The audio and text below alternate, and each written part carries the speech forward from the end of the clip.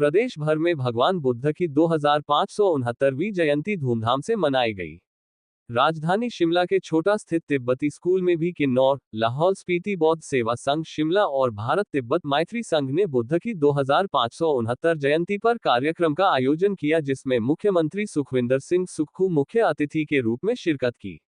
इस दौरान बौद्ध धर्म के अनुयायियों ने एक से बढ़कर एक सांस्कृतिक प्रस्तुतियां देकर सभी का मनोरंजन किया। बौद्ध धर्म के अनुयायियों के लिए आज का दिन बहुत पवित्र माना जाता है। बौद्ध धर्म के लोग भगवान बुद्ध की जयंती पर समाज में समरसता, भाईचारा बढ़े और सामाजिक विद्वेष की भावना खत्म हो, इसकी आज के दिन प्रार्थना की जाती है और विश्व में शांति बनी रहे, ऐसी कल्पना की जाती है। इस मौके पर मुख्यमंत्री सुखविंदर सिंह सुक्खू ने कहा कि भगवान बुद्ध ने सच्चाई के मार्ग पर चलने का संदेश दिया है, जिसके अनुसरण की सभी को आवश्यकता है। पंजाब दस्तक के लिए सुरेंद्र राणा की रिपोर्ट।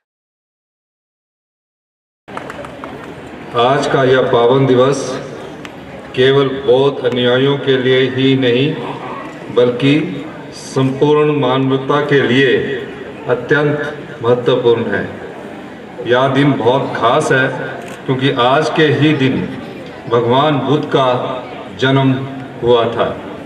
उन्हें ज्ञान की प्राप्ति हुई थी और इसी दिन उन्होंने महापरिनिर्वाण भी प्राप्त किया था। एक ही दिन में ये 3 महान घटनाएं इस दिन को बेहद पवित्र और महत्वपूर्ण बनाती है। भगवान बुद्ध का जीवन हमें यह सिखाता है कि करुणा, शांति और मानवता ही सच्चे धर्म के मूल स्तंभ है। राजकुमार सिद्धार्थ जब भोग विलास और वैभव को छोड़कर केवल इसलिए घर त्यागते हैं कि वह संसार के दुखों का कारण जान सके, तो यह इतिहास की एक अद्वितीय और प्रेरणास्पद घटना बन जाती है। 6 वर्ष की तपस्या और आत्म मंथन के बाद जब उन्हें ज्ञान की प्राप्ति होती है और वह बुद्ध कहलाते हैं, तो वह क्षण केवल एक व्यक्ति के जीवन का परिवर्तन नहीं, बल्कि पूरी मानवता की दिशा बदलने वाला क्षण बन जाता है। भगवान बुद्ध ने अपने उपदेशों में हमें 4 सच्चाइयों के बारे में बताया है। उन्होंने कहा है कि जीवन में दुख है, दुख का एक कारण है, दुख का अंत हो सकता है और उसे अंत तक पहुंचने का एक रास्ता भी है। इस रास्ते को अष्टांग मार्ग कहा गया है। यह हमारी सही सोच, सही आचरण और संतुलित जीवन जीने की दिशा सिखाता है। उनका धर्म ना किसी संप्रदाय में बटा था, ना वर्ग में।